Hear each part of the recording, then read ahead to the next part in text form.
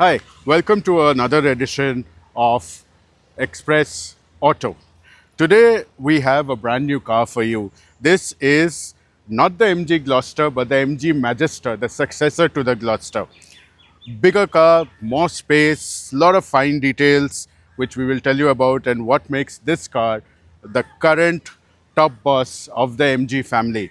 Many features which we'll point out, of course, to you. But let us start with the front and the sides. Then we'll look at the boot space. We'll look at the interiors, engine, test drive, the whole lot of it. So stay tuned as we go through the shenanigans and the great features this particular vehicle has. To start with, let us start in the front details. You'll notice now that this has two types of LED DRLs, one here, which the company calls Dragon style LEDs. Of course, the main lights are here. So there are three stacked rows of LED projector lights. The first and the second one give you a low beam, high beam projection, and the last one is exclusively for the high beam. Coming to the side of the car, you would appreciate this thick black cladding here, which protects the side and also gives it a very butch look. I would say very macho kind of a stance. A side step is coming with this vehicle. I love this dual tone kind of a paint on. Instead of just a normal chrome, what other manufacturers do, you actually have a full black painted handle, 360-degree cameras right here. You can see the length, at over 5 meters long. This is not a small SUV, which also means that you get a very generous wheelbase between this wheel and this wheel at 2,930 mm. That means a lot of space inside, but that's something we'll come to later. The side, of course, carries the handsome and the big profile. This is by no means a small car. And we come right to the back where you have connected tail lights. And we come right to the back, which has connected tail lights going all the way through. Of course, you have a powered boot here. All I need to do is just press a button and the boot rises on its own. This is a proper 3-row SUV, as you can see. You can always put the rear seats down.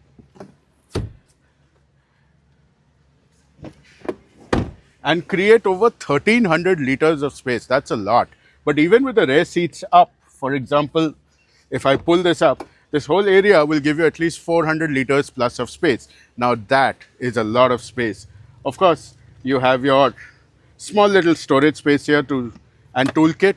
So that is what this is about. You have a 12-volt power socket right here if you want to power small things from this point.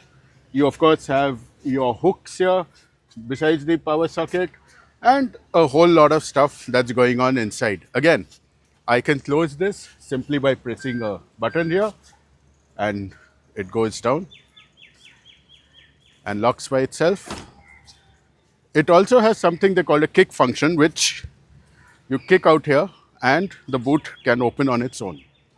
Or you can also open it using the key. Press and hold and the boot opens. This is actually a very cool place to be in, the inside of the MG Magister. Now what strikes you immediately is the quality of the material used. Whether it is the artificial leather seats, sorry guys, no real leather unfortunately. The cushioning here, the plastic trim here, the cushioning on the top, everything seems top notch. A lot of useful places. I like the fact that the basic AC controls are right here along with your home control. These air vents have a very nice feel and a touch to them. There's a grab bar here, frameless rear window, 12.3-inch screen here for all your infotainment as well as basic vehicle controls, and a 12.3-inch screen here as well, which is again highly customizable and gives you all the driving information. Now, as we had mentioned earlier, this is the top of the line 4x4 spec we are in. So this has all the road modes and the 2 high, the 4 high, and you can select 4 low from here. Button called CCO means crawl control option. When you are in gravel, sand and all, the vehicle will move on its own. The diffs can be locked by using either of these 3 buttons, and then of course you get into 4x4 crawl. One good thing is there are 2 wireless chargers here. I can just put a phone here and immediately it goes into wireless charging, which you can see the phone is currently wirelessly charging. Very good thing. Plenty of cubby holes. There is a deep pocket down here. There's a place to keep your keys here, 2 cup holders, And of course, when we come to the steering wheel, it's a full multimedia steering wheel with your cruise control, your ADAS controls, voice control, and of course the infotainment control. The front seats are very comfortable. You get ventilation and massage in this. So yeah, overall a vehicle which is superbly comfortable, nice. Your seating position is good and easy to drive, which we shall of course see later. Now I'll get into the back seat and see what this is all about. The interiors, of course, are very spacious. We had talked about the 2930 mm length, and it shows even with this seat put back fairly much, we have enough space over here. And this has 3-zone air conditioning, so you can control the fan speed or the temperature from right here for the rear seat passengers. The rear seat passengers also get vents up here, and of course, a grab handle and a map light.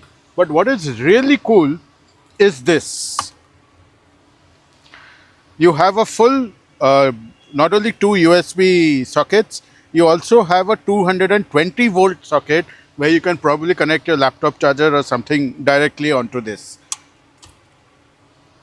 My favorite feature, the rear armrest comes with two cup holders, and don't forget this is a 7-seater, so this row can be flipped in a 60-40 ratio to get into the back seat.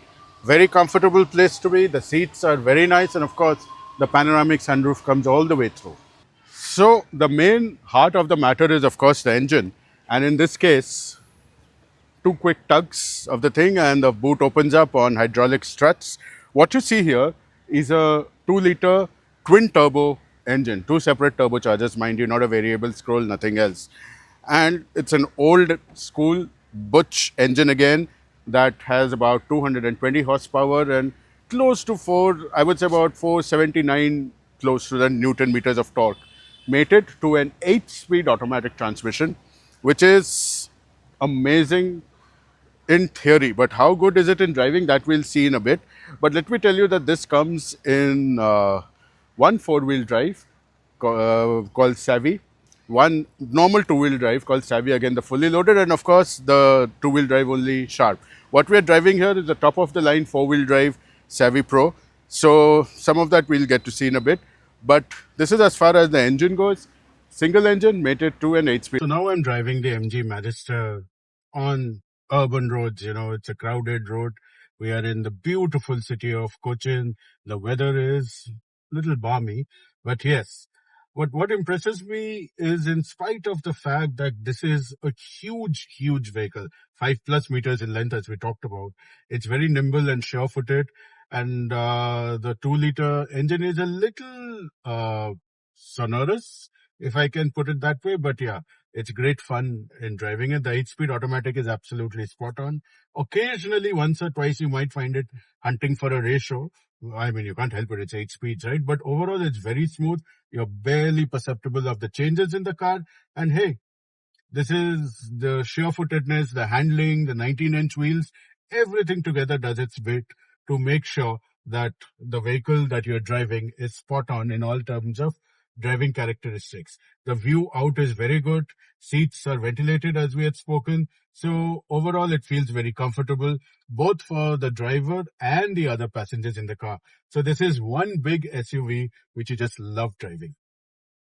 So here we complete another drive. The drive this time was of the MG Magister, the spiritual successor to the Gloster that we spoke about. We saw all the different features, what differentiates it from the Gloster, and the Magister is of course a far superior and a much better product. Some things I still cannot get my mind over is that why that automatic brake pedal is small, why MG, why? But leaving all that aside, it's got tremendous space. The engine responds well. The 8-speed automatic is fabulous to operate. Out of 10, I would probably give it 8.5 points. Or should I give it 8? Because you see, the company has not announced the price yet, and the pricing will make the difference. I estimate the starting price to be around 35 lakhs. That is my estimate, of course. Could be more, could be less. Ex-showroom 35. I'm talking about going up to, say, 45 for the top of the line model, which is the 4x4. It's a great vehicle to keep to your garage. It's a great vehicle if you want a full-size SUV for a big family, and you have a huge 7-seater option if you require that. There's a 6-seater version available as well. So I hope you enjoyed being with us as we drove this big SUV, certainly one of the biggest in its class. We could call it the D plus segment in a way. So yeah, It's good, it's powerful, and it's worth it. Now let's wait for the price and see what happens. Meanwhile, we will be soon bringing you another brilliant vehicle. Stay tuned, follow us on our social media channels, and buckle up, drive safe.